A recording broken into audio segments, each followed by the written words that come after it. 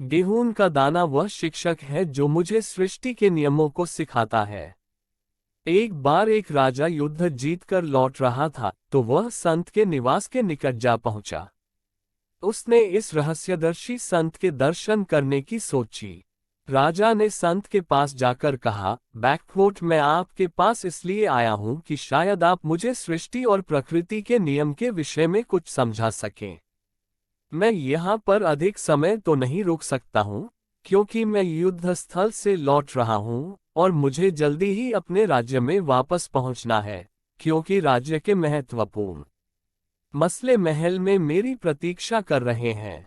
संत राजा की ओर देखकर मुस्कुराया और जमीन से गेहूं का एक दाना उठाकर राजा को दे दिया और उस गेहूं के दाने के माध्यम से यह बताया कि बैकवोट गेहूं के इस छोटे से दाने में सृष्टि के सारे नियम और प्रकृति की सारी शक्तियां समाई हुई हैं। राजा तो संत के इस उत्तर को समझ ही न सका और जब उसने अपने आसपास खड़े लोगों के चेहरे पर मुस्कान देखी तो वह गुस्से के मारे आग बबूला हो गया और उसे लगा कि उसका उपहास किया गया है। उसने गेहूं के उस दाने को उठाकर जमीन पर पटक दिया और संत से उसने कहा, बैकवोट मैं मूर्ख था जो मैंने अपना समय खराब किया और आपसे यहाँ पर मिलने चला आया। वर्ष आए और गए। वह राजा एक अच्छे प्रशासक और योद्धा के रूप में खूब सफल रहा और खूब ही ठाट बाट और ऐश्वर्य का जीवन जी रहा था। लेकिन रात को वह सोने के लिए अपने बिस्तर पर जाता तो उसके मन में बड़े ही अजीब अजीब से विचार उठने लगते और उसे परेशान करते। बैकवोट मैं इस आलीशान महल में खूब ठाट बाट और ऐश्वर्य का जीवन जी रहा हूँ, लेकिन आखिरकार मैं कब तक इस समृद्धि, राज्य, धन दौलत से आनंदित होता रहूंगा? और जब मैं मर जाऊंगा तो फिर क्या होगा? क्या मेरे राज्य की शक्ति, मेरी धन दौलत संपत्ति मुझे बीमारी से और मृत्यु से बचा सकेगी? क्या मृत्यु के साथ ही सब कुछ समाप्त हो जाता है? बैकवोट राजमहल में एक भी आदमी राजा के इन प्रश्नों का उत्तर नहीं दे सका। लेकिन इसी बीच संत की प्रसिद्धि चारों ओर फैलती चली जा रही थी। इसलिए राजा ने अपने अहंकार को एक तरफ रखकर धन दौलत के साथ एक बड़ा काफिला संत के पास भेजा और साथ ही अनुरोध भरा निमंत्रण भेजा। उसमें उसने लिखा कि बैकवोट मुझे बहुत अफसोस है, जब मैं अपनी युवावस्था में आपसे मिला था उस समय मैं जल्दी में था और आपसे लापरवाही से मिला था। उस समय मैंने आपसे अस्तित्व के गूढ़तम प्रश्नों की व्याख्या जल्दी करने के लिए कहा था। लेकिन अब मैं बदल चुका हूं और जिसका उत्तर नहीं दिया जा सकता, उस असंभव उत्तर की मांग मैं नहीं करता। लेकिन अभी भी मुझे सृष्टि के नियम और प्रकृति की शक्तियों को जानने की गहन जिज्ञासा है। जिस समय मैं युवा था उस समय से कहीं अब ज्यादा जिज्ञासा है ये सब जानने की। मेरी आपसे प्रार्थना है कि आप मेरे महल में आएं, और अगर आपका महल में आना संभव न हो तो आप अपने सबसे अच्छे शिष्य में से किसी एक शिष्य को भेज दें ताकि वह मुझे जो कुछ भी इन प्रश्नों के विषय में समझाया जा सकता हो समझा सके।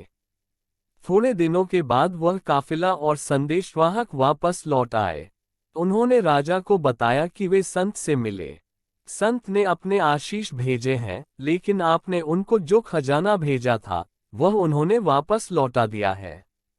संत ने उस खजाने को ये कहकर वापस कर दिया कि उसे तो खजानों का खजाना मिल चुका है, और साथ ही संत ने एक पत्ते में लपेटकर कुछ छोटा सा उपहार राजा के लिए भेजा और संदेशवाहकों से कहा कि वे राजा से जाकर कह दे कि इसमें ही वह शिक्षक है जो कि उसे सब कुछ समझा सकता है।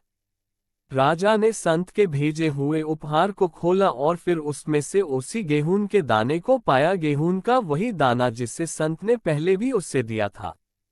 राजा ने सोचा कि जरूर इस दाने में कोई रहस्य या चमत्कार होगा, इसलिए राजा ने एक सोने के डिब्बे में उस दाने को रखकर अपने खजाने में रख दिया। हर रोज वह उस गेहूं के दाने को इस आशा के साथ देखता कि एक दिन जरूर कुछ चमत्कार घटित होगा और गेहूं का दाना किसी ऐसी चीज में या किसी ऐसे व्यक्ति में परिवर्तित हो जाएगा जिससे कि वह सब कुछ सीख जाएगा जो कुछ भी वह जानना चाहता है। महीने बीते और फिर वर्ष पर वर्ष बीतने लगे, लेकिन कुछ भी चमत्कार घटित न हुआ। अंततः राजा ने अपना धैर्य खो दिया और फिर से बोला, बैकवोट ऐसा मालूम होता है कि संत ने फिर से मुझे धोखा दिया है। या तो वह मेरा उपहास कर रहा है, या फिर वह मेरे प्रश्नों के उत्तर जानता ही नहीं है, लेकिन मैं उसे दिखा दूंगा कि मैं बिना उसकी किसी मदद के भी प्रश्नों के उत्तर खोज सकता हूँ। फिर उस राजा ने एक बड़े भारतीय रहस्यदर्शी के पास अपने काफिले को भेजा, जिसका नाम तशगरेगाचा था। उसके पास संसार के कोने कोने से शिष्य आते थे, और फिर से उसने उस काफिले के साथ वही संदेशवाहक और वही खजाना भेजा जिसे उसने संत के पास भेजा था। कुछ महीनों के पश्चात संदेशवाहक उस भारतीय दार्शनिक को अपने साथ लेकर वापस लौटे। लेकिन उस दार्शनिक ने राजा से कहा, बैकवोट मैं आपका शिक्षक बनकर सम्मानित हुआ हूँ, लेकिन यह मैं साफ साफ बता देना चाहता हूँ कि मैं खास करके आपके देश में इसलिए आया हूँ ताकि मैं संत के दर्शन कर सकूं। इस पर राजा सोने का वह डिब्बा उठा लाया जिसमें गेहूं का दाना रखा हुआ था, और वह उससे बताने लगा, बैकवोट मैंने संत से कहा था कि मुझे कुछ समझाए सिखाएं, और देखो उन्होंने ये क्या भेज दिया है मेरे पास। ये गेहूं का दाना वह शिक्षक है जो मुझे सृष्टि के नियमों और प्रकृति की शक्तियों के विषय में समझाएगा। क्या यह मेरा उपहास नहीं? बैकवोट वह दार्शनिक बहुत देर तक उस गेहूं के दाने की तरफ देखता रहा, और उस दाने की तरफ देखते देखते जब वह ध्यान में डूब गया तो महल में चारों ओर एक गहन मौन छा गया। कुछ समय बाद वह बोला, मैंने यहाँ आने के लिए जो इतनी लंबी यात्रा की उसके लिए मुझे कोई पश्चाताप नहीं है, क्योंकि अभी तक तो मैं विश्वास ही करता था, लेकिन अब मैं जानता हूँ कि संत सच में ही एक महान सद्गुरु है। गेहूं का ये छोटा सा दाना हमें सचमुच सृष्टि के नियमों और प्रकृति की शक्तियों के विषय में सिखा सकता है, क्योंकि गेहूं का ये छोटा सा दाना अभी और यही अपने में सृष्टि के नियम और प्रकृति की शक्ति को अपने में समाये हुए है। आप गेहूं के इस दाने को सोने के डिब्बे में सुरक्षित रखकर पूरी बात को चूक रहे हैं। अगर आप इस छोटे से गेहूं के दाने को जमीन में बो दें जहां से ये दाना संबंधित है, तो मिट्टी का संसर्ग पाकर, वर्षा, हवा, धूप और चांद सितारों की रोशनी पाकर ये और अधिक विकसित हो जाएगा। जैसे कि व्यक्ति की समझ और ज्ञान का विकास होता है, तो वह अपने अप्राकृतिक जीवन को छोड़कर प्रकृति और सृष्टि के निकट आ जाता है, जिससे कि वह संपूर्ण ब्रह्मांड के अधिक निकट हो सके। जैसे अनंत अनंत ऊर्जा के स्रोत धरती में बोए हुए गेहूं के दाने की ओर उमड़ते हैं, ठीक वैसे ही ज्ञान के अनंत अनंत स्रोत व्यक्ति की ओर खुल जाते हैं, और तब तक उसकी तरफ बहते रहते हैं जब तक कि व्यक्ति प्रकृति और संपूर्ण ब्रह्मांड के साथ एक न हो जाए।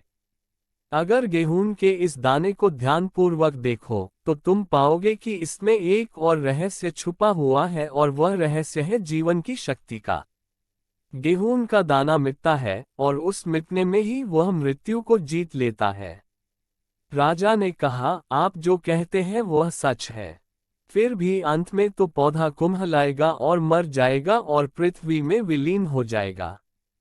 उस दार्शनिक ने कहा, बैकवोट लेकिन तब तक नहीं मरता जब तक ये सृष्टि की प्रक्रिया को पूरी नहीं कर लेता और स्वयं को हजारों गेहूं के दानों में परिवर्तित नहीं कर लेता।